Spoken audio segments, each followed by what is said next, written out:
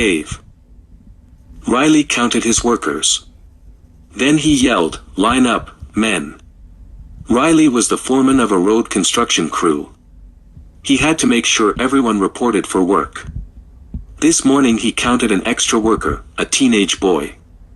The boy stepped forward. "My name's Tate. I'm here for the job." Riley studied the boy. He did not look healthy. He was skinny and pale. "I can't have kids running around getting hurt," Riley said. "I won't get hurt, sir," said Tate. "I can do the work of 3 men. Tate grasped the bumper of Riley's truck with one hand. He took a deep breath and lifted the front of the truck off the ground. He took another breath and lifted it over his head. Riley laughed. "Okay, son. You've got the job." Tate worked hard all day. He never took a break. He did not stop for lunch. At the end of the day, Riley handed out pay envelopes to all the men.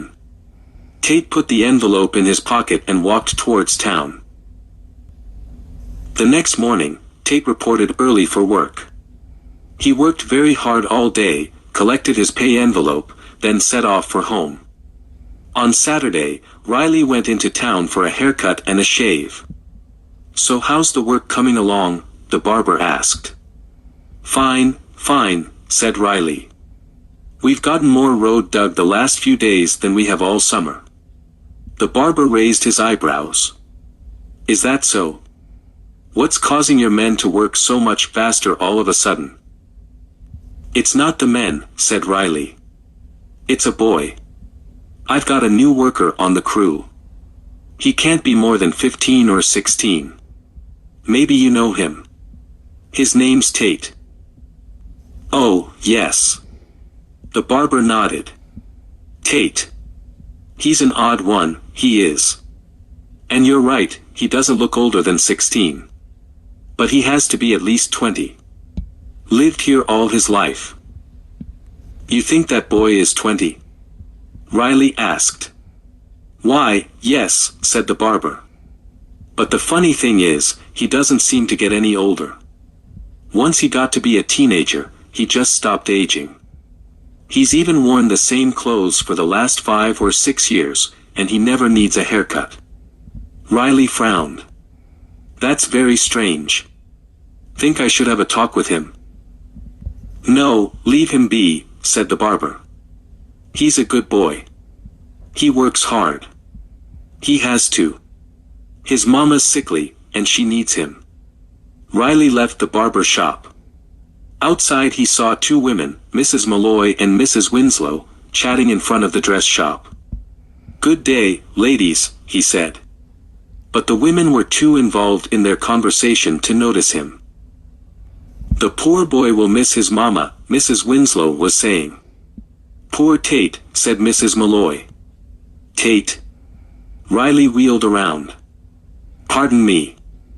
I don't mean to eavesdrop, but were you just talking about a thin, fair-haired boy named Tate?" "Yes. His mother passed away this morning," said Mrs. Malloy. "I'm sorry to hear that," said Riley. "She's been sick for a very long time," said Mrs. Winslow. "Last week she took a turn for the worse. She kept getting weaker and weaker." Mrs. Malloy nodded. "It's a blessing, really, that the poor old lady no longer has to suffer." "But Tate will be heartbroken," said Mrs. Winslow.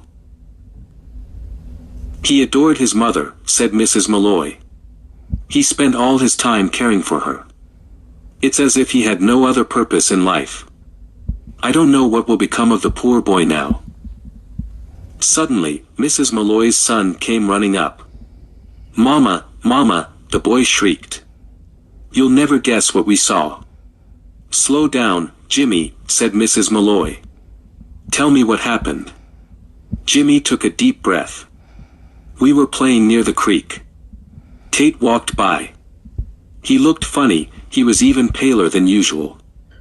I could see right through him." "Jimmy," said Mrs. Malloy. "Don't make up stories." "I'm not," said Jimmy. "I tried to talk to him. But Tate walked past like he didn't hear me. Probably thinking about his mother, said Mrs. Winslow. We followed him, Jimmy said. He went out past the old mill and down to the creek. Then he walked right into the ground. Jimmy, said Mrs. Malloy. It's true, said Jimmy. It was a cave. I never even knew it was there. Tate got paler and paler as he walked inside. Then he just disappeared.